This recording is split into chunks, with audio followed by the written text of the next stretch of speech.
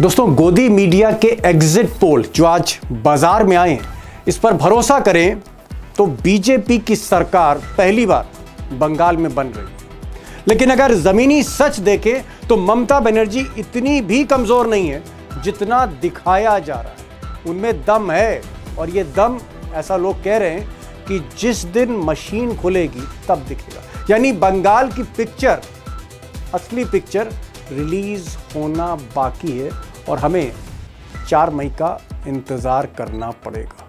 अब सच्चाई ये भी है कि बंगाल में सिस्टम, मोदी के सिस्टम वर्सेस ममता बनर्जी, अग्नि परीक्षा इन दोनों के बीच में थी। एक तरफ मोदी का सिस्टम था और इस सिस्टम में सारी चीज़ें, मशीन से लेकर वोटर लिस्ट से लेकर, इससे लेकर पैसे से लेकर पैरामिलिट्री फोर्स से लेकर लाठी और बंदूक से लेकर सब कुछ इस सिस्टम में आता है। अदालतें भी हैं। तो एक तरफ सिस्टम है, एक तरफ ममता बनर्जी है और उनकी जनता है। कांटे की टक्कर है। ममता का पलड़ा फिलहाल भारी है, उस पर मैं आगे भी डिस्कस करूंगा। लेकिन एक नज़र ज़रा बाकी राज्यों पर भी देख लेते हैं। असम में बीजेपी की सरकार बनती हुई दिख रही है, ऐसा एग्जिट पोल दिखा रहे हैं। और वैसे थोड़ा कांग्रेस जिस तरह से लड़ी, थोड़ा सा कमज़ोर दिख रही थी, ये बात सच है। तमिलनाडु में डीएमके और कांग्रेस की सरकार बन रही है और बीजेपी और एआईडीएमके को एक बार फिर से हार का सामना करना पड़ सकता है।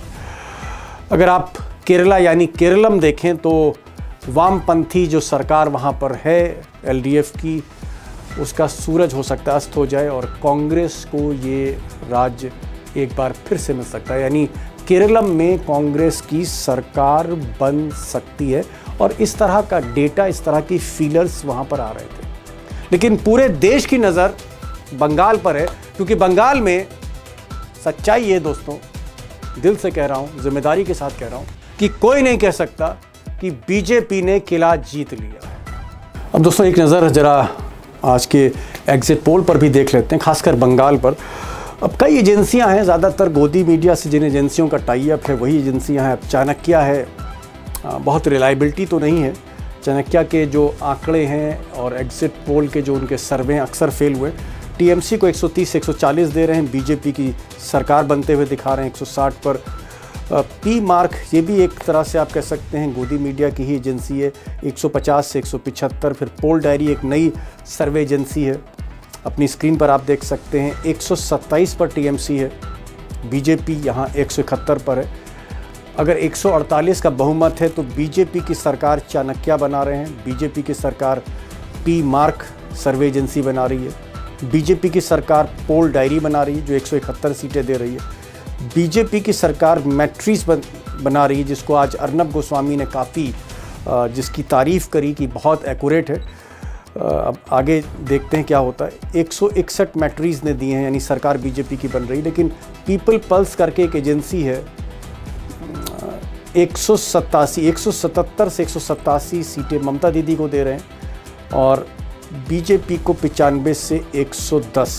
अगर हम एवरेज निकालें दोस्तों इनका तो 130 146 ममता बनर्जी, यानी आप कह सकते हैं 148 बहुमत की संख्या है। ममता बनर्जी जो पीक है 146 है, बहुमत से 2 कम, 2 सीटें कम। बीजेपी 137 और 155। बीजेपी की सरकार बन भी सकती, नहीं भी बन सकती।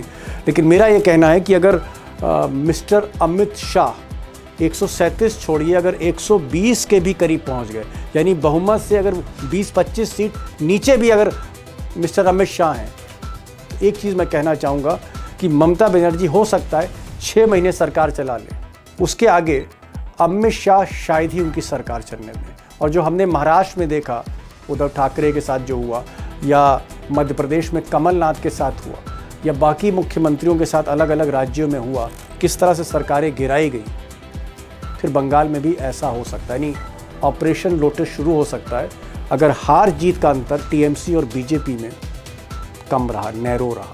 अब दोस्तों एग्जिट पोल के नतीजे जैसे ही आए सारे चैनल्स पे, तो बीजेपी के दफ्तरों में जश्न का माहौल था और उनको ऐसा लगने लगा या गुमान हो गया कि वो जीत चुके हैं और ममता बनर्जी का, दीदी का खेल खत्म हो चुका है। सुनिए जरा सामिक भट्टाचार्य को सुनिए। अब ये साहब जो हैं बीजेपी के सबसे पुराने नेता हैं, इस वक्त बंगाल के बीजेपी चीफ हैं। लगातार? खेला तो हो गया, खेला खत्म है, खेला कहाँ हुआ, किसने खिलाया? खेला खत्म है, जनता। उधर ममता बनर्जी से लेकर उनके भतीजे अभिषेक बनर्जी जो नंबर 2 हैं टीएमसी में, इनको लग रहा है कि अभी भी टीएमसी के हाथ में ही बाजी है और ममता बनर्जी के नेतृत्व में तृणमूल एक बार फिर से सरकार बनाने जा रही है।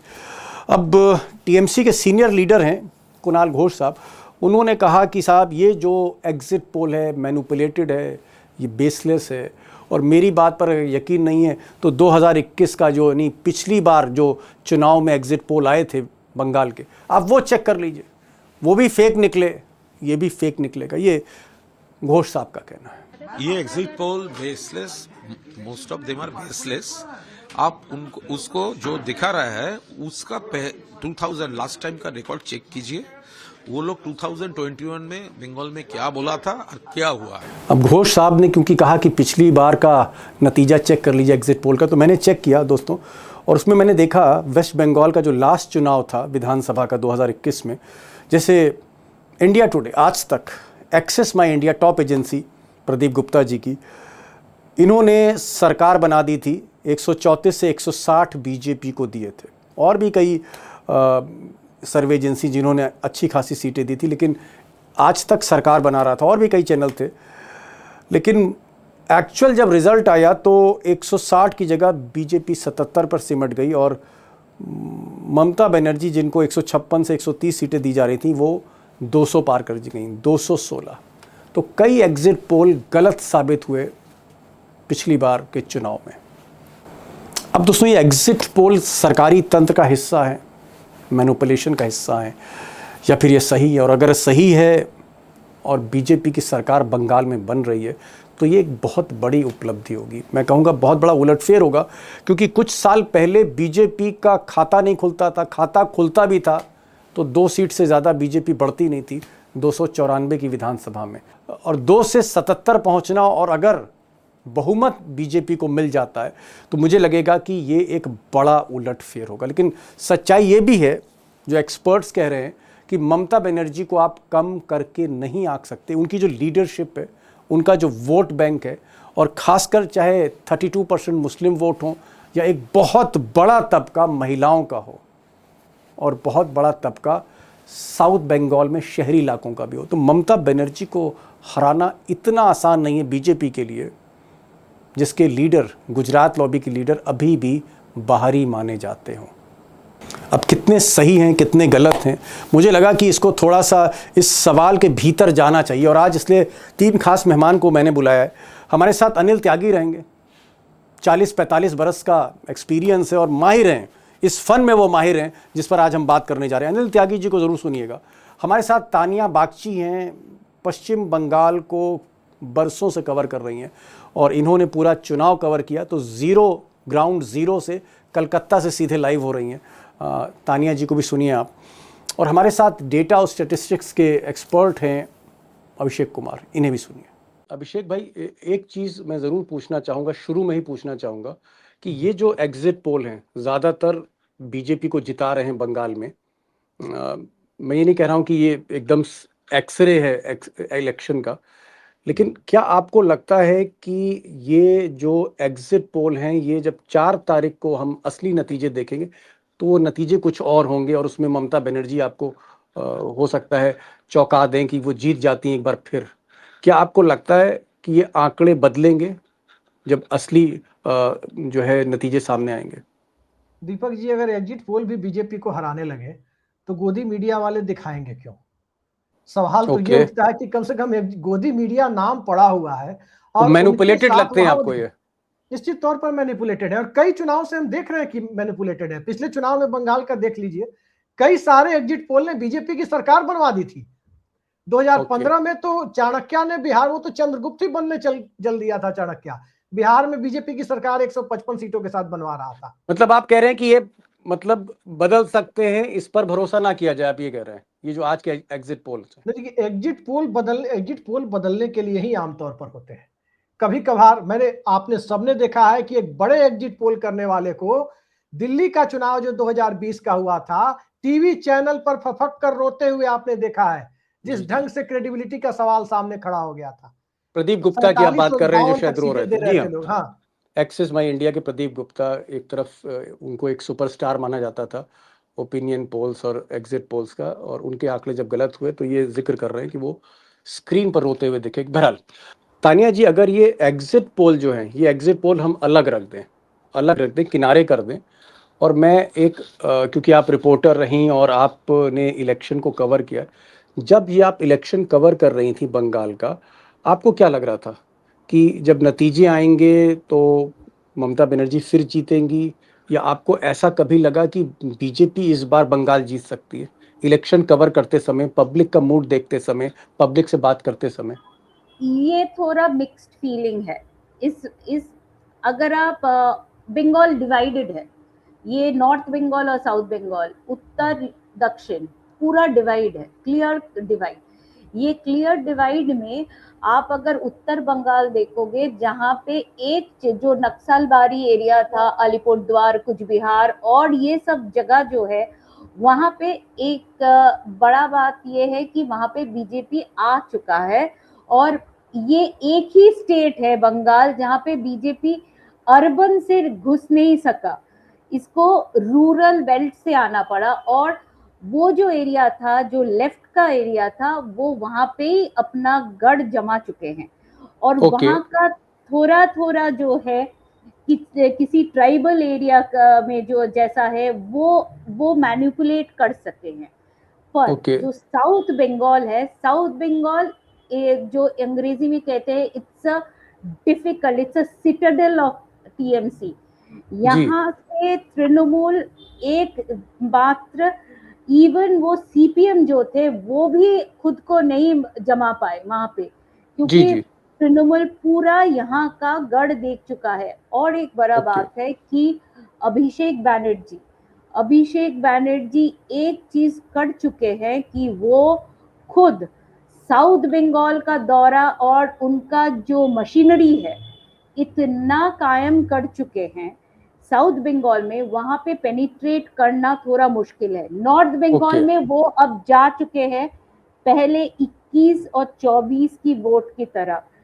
तानिया जी दो बड़ी बातें कह रही हैं। वो कह रही हैं कि ऐसा नहीं कि बीजेपी एकदम ही कहीं थी नहीं जमीन पे। बीजेपी जमीन पर थी बंगाल में, खासकर जो उत्तरी बंगाल इलाका है, नॉर्थ बंगाल इलाका है, जो कभी लेफ्ट पार्टीज का गढ़ होता था, वहां पर बीजेपी ने सेंधमारी करी है, बीजेपी ने वहां पर सीटें जीती भी हैं। लेकिन जो साउथ बंगाल है, एक बड़ा हिस्सा वो ममता बनर्जी का किला है, और इस किले में सेंधमारी ना वामपंथी पार्टियां कर पाई, ना बीजेपी कर सकती है। कुल मिलाकर ये कह रही हैं कि एक अपर जो है हैंड ममता बनर्जी का लगता है, और हो सकता है कि इनका इशारा है कांटे की टक्कर। ये शायद आप कहना चाह रही हैं कि कांटे की टक्कर लग रही थी इनको। बीजेपी थी लेकिन इतनी भी आगे नहीं थी जितना कि एग्जिट पोल्स दिखा रहे हैं। त्यागी जी, ठीक है, अगर कोई आदमी कांटे बो रहा है, अमित शाह जैसा आदमी कांटे बोता चला जा रहा है, तो कांटे की टक्कर तो हो जाएगी, ये मैं भी मानता हूं। लेकिन क्या आपको लगता है कि ममता बनर्जी इस बार चुनाव हार जाएंगी, या आपको लगता है कि ये जो एग्जिट पोल हैं ये भी एक तरह से गुजरात लॉबी की स्ट्रेटजी का हिस्सा हैं? दीपक भाई, एक तो हम अपने दर्शकों को ये बता दें कि बंगाल में 294 सीटें हैं और 148 का आंकड़ा ममता को पार करना है। अब आते हैं आपके सवाल के जवाब पे। पहली बात तो ममता हार नहीं रही है और ओके। ममता जीत रही है।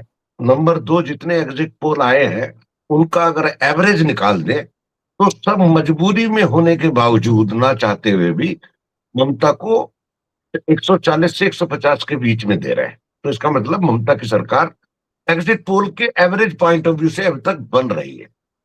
नंबर दो बात जो आपने पूछी कि ये बीजेपी ने, माया जाल है बीजेपी का। बीजेपी क्या करती है, जैसे सर्कस आप देखते हैं ना, तो सर्कस खत्म होने के बाद ये नहीं पता चलता सर्कस में आपने 3 घंटे देखा क्या। तो बीजेपी जी का जो ये सर्कस है, ये लगातार ताली बजा के रखता है, एक नाटक से इधर, दूसरा नाटक से उधर, एक ऊपर साइकिल चलाएगा, एक नीचे डंडा चलाएगा। तो ये बीजेपी की बंगाल में सर्कस है, क्योंकि पैसे बहुत हैं, तो सर्कस अच्छी करने की मास्टरी है बीजेपी को। और आप ओके। ये समझिए, बीजेपी का सबसे बड़ा दुर्भाग्य ये है, इस चुनाव में चुनाव लड़ा जाता है नेता के नेतृत्व में। और नेता जी। एक दिन में पैदा नहीं होता। नेता को बनने में 40 साल लगते हैं। ममता को बनने में 45-50 साल लग गए, आप समझिए। ममता 1972 से शुरू हुई और आज 15 साल तो राज ही करते हुए हो गए। उससे पहले 15 साल सड़कों पे लाठी पीटी करके नेता बनी। अब समझिए, नेता अब शुभेंदु अधिकारी के सामने के बल पे ये बंगाल में सरकार बनाएंगे, कैसे बनाएंगे? जो रिपोर्ट आज दिन भर आई है, इनके तो आधे से ज्यादा पोलिंग स्टेशन पे, पोलिंग बूथ पे इनके वर्कर ही नहीं थे। इनको खाली पड़े हुए थे इनके पोलिंग बूथ, जो लोगों ने हमको बताया। और दूसरी बात, मुझे बंगाल के ही एक बड़े जर्नलिस्ट ने बताया आज कि ये चुनाव जो है बेसिकली 227 सीट पे हो रहा है, क्योंकि 67 सीट पे तो मुस्लिम है। तो मुस्लिम तो आप 67 सीट बाहर कर दीजिए, तो 251 में क्या ममता बनर्जी को 100 सीट भी नहीं मिलेगा? इतने बुरे दिन ममता बनर्जी के भी नहीं आए हैं। और अभी ओके। आप ये देखिए, नॉर्थ बिहार में जो कूच बिहार है, दार्जिलिंग है, क्योंकि कूच बिहार की रॉयल फैमिली इनके साथ आ गई है, उन सबको, इनके साथ जितने बंगाल के, नॉर्थ बंगाल के पैसे वाले लोग थे, नॉर्थ बंगाल में क्योंकि कोयले की स्मगलिंग बहुत होती है, बाकी चीजों की जो प्राकृतिक संपदा है उसके पैसे बहुत होते हैं, तो जो व्यापारी वर्ग है नॉर्थ बिहार बंगाल जी। का, वो इनके साथ आ गया। तो इनको लग रहा है कि हम सब चुनाव जीत सकते हैं। ऐसा नहीं है। लेकिन अगर आप देखें, मैं तो ताना की बात अगर आप देखें, ये जो नादिया का, हावड़ा का, कलकत्ता का, हुगली का, ये ऐसा गढ़ है, इसको तो समझ में नहीं आ रहा बीजेपी को इसको भेजना कैसे है। एक अकेली लड़की, आप ये देखिए, फिल्म एक्ट्रेस जो है घोष, घोष, उसने तहलका मचा दिया है। इनके पास, बीजेपी के पास एक आदमी, एक नेता ऐसा नहीं है जो अमित शाह और नरेंद्र मोदी को छोड़ करके कोई क्राउड पुलर हो। आप ये देखिए, ठीक। कारों से जाते हुए लोग ये जब कहने लगे बंगाल में कि ये वोट चोर है, तो आप इसका क्या करेंगे? ठीक। बंगाल का जो त्यागी जी। मेरा जो मानना है, मैं इसको समाप्त करूं, मेरा ये मानना है कि ममता बनर्जी वहां सरकार बना रही है और बीजेपी की जो ये मायाजाल सर्कस है, ये 4 मई को खत्म हो जाएगी। ओके। अनिल त्यागी, और जिस तरह से आपको इनके बाल सफ़ेद दिख रहे हैं उतना ही तजुर्बा है, और ये कह रहे हैं कि भाई ये जो बीजेपी का माया जाल है, इसके पीछे माया है, पैसा है, सर्कस करते हैं, और इस सर्कस में बहुत से लोग कंफ्यूज हो जाते हैं। हो सकता है एग्जिट पोल भी इसी सर्कस का हिस्सा हो। ये कह रहे हैं 4 मई को जब नतीजे असली आएंगे तो ममता बनर्जी को शिकस्त दे पाना, हरा पाना बहुत मुश्किल होगा। ये त्यागी साहब कह रहे हैं। त्यागी साहब आऊँगा। अभिषेक, मान लीजिए एक सिचुएशन, क्योंकि आप तो डेटा और स्टेटिस्टिक्स के मास्टर हैं। मान लीजिए ममता बनर्जी 200 तक नहीं पहुंचती, 180 नहीं पहुंचती, बॉर्डर लाइन पे वो सरकार बनाती हैं 160 पे, 155 पे, और अमित शाह जो है उनसे 20-25 सीट पीछे रह जाते हैं। चलिए हम एग्जिट पोल नहीं मान लें, लेकिन एक एवरेज निकाल लें। अगर 15-20 सीटों का फर्क होता है बीजेपी और टीएमसी में, तो क्या 6 महीने के बाद ममता बनर्जी की सरकार रहेगी कि नहीं रहेगी? ये सवाल मैं पूछ रहा हूं आपसे। दीपक जी, जो सवाल आपने किया है अभी थोड़ी देर पहले, वही ट्वीट मैंने किया है। और वो ट्वीट मैंने किया है कि ममता बनर्जी को विधानसभा अध्यक्ष के चुनाव में सावधानी बरतनी होगी। ओके। सुखविंदर सिंह सुक्खू की ने जैसा स्पीकर चुना है, वैसा ही स्पीकर उन्हें चुनना होगा, ताकि किसी भी तरह के ऑपरेशन लोटस की गुंजाइश को खत्म कर सके। नहीं, मैंने सिर्फ इसलिए पूछा, क्या नहीं, उद्धव आपने बिल्कुल ठाकरे सही जैसा पूछा। हाल, कमलनाथ जैसा हाल तो नहीं हो सकता? नहीं, आपने बिल्कुल सही पूछा है, क्योंकि पश्चिम बंगाल के अंदर अगर भारतीय जनता पार्टी 115 सीटों के आंकड़े को छू लेती है, यानी बहुमत से 30-32 सीटें वो पीछे रहती है, तो बीजेपी की यह कोशिश होगी कि 2029 के लोकसभा चुनाव के पहले ज्ञानेश कुमार की संस्था, पूरे देश पर का चुनाव होगा तो बंगाल पर फोकस करने की स्थिति में नहीं होगी। लिहाजा बंगाल की मशीनरी अपने हाथ में कैसे की जाए, मोटे तौर पर कहें तो बंगाल की सत्ता अपने हाथ में कैसे की जाए, उसकी पूरी कोशिश होगी। और वो कोशिश यही होगी कि पश्चिम बंगाल में ऑपरेशन लोटस के जरिए अपनी सरकार बनाई जाए। ठीक। अभिषेक कह रहे हैं कि भाई अगर बॉर्डर लाइन, अगर बहुत कम मार्जिन से हार जीत होती, ममता अगर सरकार बना भी लेती हैं, 148 का बहुमत है, अगर वो 150-155 पे सरकार बनाती, मार्जिन कम है, तो फिर अमित शाह ऑपरेशन लोटस कर सकते हैं। और जो हमने महाराष्ट्र में उद्धव ठाकरे की सरकार गिरते हुए देखी, मध्य प्रदेश में कमलनाथ की सरकार गिरते हुए देखी, कर्नाटक में कांग्रेस की सरकार गिरते हुए देखी, इस तरह का कोई मंजर, इस तरह का कोई सीन आपको 6-7 महीने के बाद देखने को मिल सकता है। और वैसे भी सीआरपीएफ का पूरा बंदोबस्त 6 महीने तक मिस्टर शाह साहब ने कर रखा है। तानिया जी, एक सवाल यहाँ पर मैं पूछना चाहूँगा, क्या तृणमूल के जो विधायक हैं, उनके जो एमएलए हैं, क्या उनको तोड़ा जा सकता है? क्या आपको ऐसा लगता है कि अगर ये बहुत कम अंतर से हार जीत होती है, और जैसा अभिषेक बता रहे हैं कि अमित शाह फिर मौका छोड़ेंगे नहीं, क्या अब अमित शाह या बीजेपी का जो सिस्टम है वो ममता बनर्जी की पार्टी को तोड़ सकता है, जैसा कि हमने महाराष्ट्र में उद्धव ठाकरे की शिवसेना को टूटते हुए देखा अपनी आंखों से? देखिए, अभी तक ऐसा हमने कुछ नहीं देखा है, क्योंकि सबसे बड़ा बात ये है कि इनका जो प्राइम है, जो मिनिस्टर्स है, लीडर्स है, जो टीएमसी के जो है, ये सब उनके ममता बनर्जी के बहुत ही लॉयल है। इनके पास ईडी जाएंगे, सीबीआई जाएंगे, पर इनका मुंह अभी तक खुला नहीं पाए। हाँ, अभी आज एक बहुत ही बढ़िया एक चमत्कार हुआ है, शायद मैं इसको चमत्कार ही कहूँ, कि पार्थो चैटर्जी ने एक जो टीएमसी का पूर्व जो शिक्षा मंत्री थे, पर उन्होंने टीचर्स कैंप में, जिसको जेल भी हुआ है, जो अरेस्ट हुए थे, जेल नहीं, वो अरेस्ट हुए थे और जेल में थे, उन्होंने अचानक से ये आज वोट देने के टाइम पे बोला है कि परिवर्तन क्यों नहीं हो सकता है। ये एक इंटरेस्टिंग है।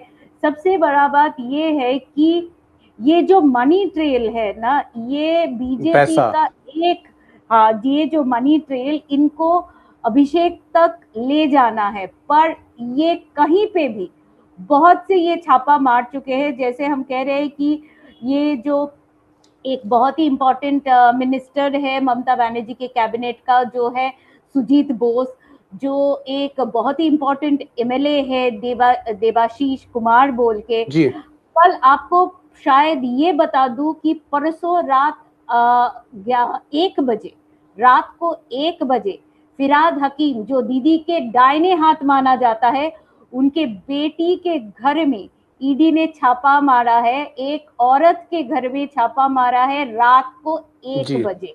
और बॉबी दा, कल हम उनसे बात किए और उन्होंने हंसते हंसते बोला कि ये सब कर सकते हैं, पर यहाँ पे हम तो टूटने वाले।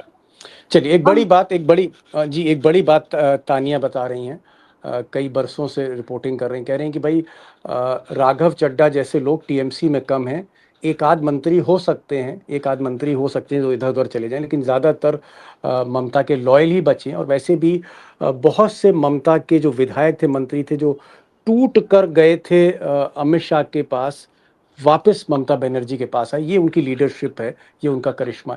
त्यागी जी, भाई मैं चाह रहा था कि आपके तजुर्बे से कुछ सवाल पूछूं। आपसे क्या पूछूं, तजुर्बे से पूछता हूं। और मैं सवाल थोड़ा एग्जिट पोल और इन सबसे अलग हटके पूछना चाह रहा हूँ। समय कम है, बस समय का ध्यान रखिएगा, क्योंकि कहानियां आपके पास बहुत हैं, लेकिन मेरे पास वक्त कम है।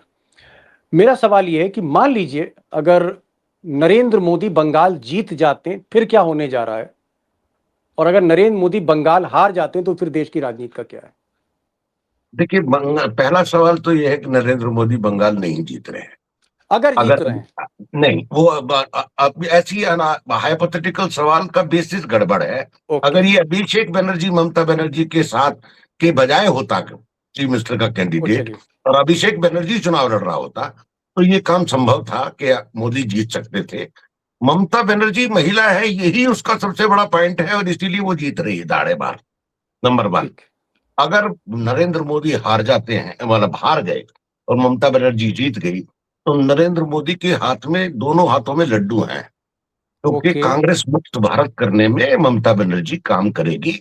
ममता बनर्जी दिल्ली आएगी, प्रधानमंत्री की उम्मीदवार हो जाएगी, नरेंद्र मोदी के एक तीर से 2 निशाने होंगे, और भारत माता की जय हो जाएगी। नरेंद्र मोदी उछल करके बिल्कुल ताल ठोक के खड़े हो जाएंगे। और राहुल गांधी ने जो मूर्खता का काम किया है बंगाल में, वो अक्षम्य है, वो नहीं करना चाहिए था एज ए अपोजिशन पॉलिटिक्स सब। और जो काम दूसरा मायावती ने किया वो भी नहीं करना चाहिए था। तो लेकिन क्योंकि भाजपा सबको लड़ाने में विश्वास कर रही है, उस लड़ाई में से ममता एमर्ज अगर होकर के आएगी तो नरेंद्र मोदी का कांग्रेस मुक्त भारत तो हो जाएगा, लेकिन अगर ममता ने विपक्ष इकट्ठा कर दिया तो बीजेपी का बोरिया बिस्तरा 2029 में बन जाएगा। एक बड़ी चीज़ कह रहे हैं कि अगर ममता बनर्जी फिर चुनाव जीतती हैं तो एक clear cut national leader emerge होता दिखेगा नेशनल पॉलिटिक्स में। भले ही वो बंगाल के मुख्यमंत्री रहें, लेकिन जो विपक्ष है, चाहे केजरीवाल जैसे लोग हैं या फिर उद्धव ठाकरे हैं, अखिलेश यादव हैं, तेजस्वी हैं, जो सब प्रचार ममता बनर्जी का कर रहे थे, ममता बनर्जी विपक्ष के बीच में से एक बड़ी धारा निकालने की कोशिश कर सकती हैं।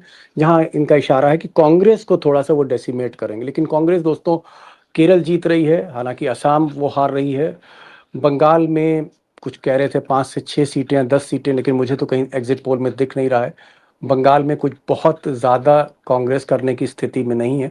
और जहाँ तक बात तमिलनाडु की रही तो कांग्रेस को आप कह सकते हैं एक तरह से संतोष हो सकता है कि उसका जो धड़ा है, उसका जो गठबंधन है डीएमके के नेतृत्व में, वो वहाँ जीत रहा है। बहरहाल एक बार फिर से मैं कहना चाहूँगा कि ये एग्जिट पोल हैं और जैसा अभिषेक ने शुरू में कहा मैनिपुलेटेड रहते हैं। अगर आप इनकी हिस्ट्री देखेंगे, रीसेंट हिस्ट्री देखेंगे एग्जिट पोल्स की, तो ज़्यादातर ये फेल हुए हैं। और 2021 की अगर हम बंगाल की ही बात करें तो बंगाल में 2021 में जितने भी एग्जिट पोल थे सब बीजेपी को जिता रहे थे, लेकिन अल्टीमेटली नतीजे जिस दिन आए तो ममता बनर्जी जीती। क्या 2021 जैसा हम कुछ इम्पैक्ट 2026 में देखेंगे या 26 में खेल वाकई बड़ा हो रहा है? त्यागी जी बहुत बहुत शुक्रिया। तानिया जी आप आई, कलकत्ता से जुड़ी और अच्छी हिंदी आपने बोली, सबको समझ में आया, थैंक यू सो मच। अभिषेक आपने शुरू में कहा मैनिपुलेशन है, मैनिपुलेशन है, लेट्स सी ये मैनिपुलेटेड है या ये एक संकेत है 4 मई का, देखते हैं। Thank you so much all of you for joining this programme, thank you so much.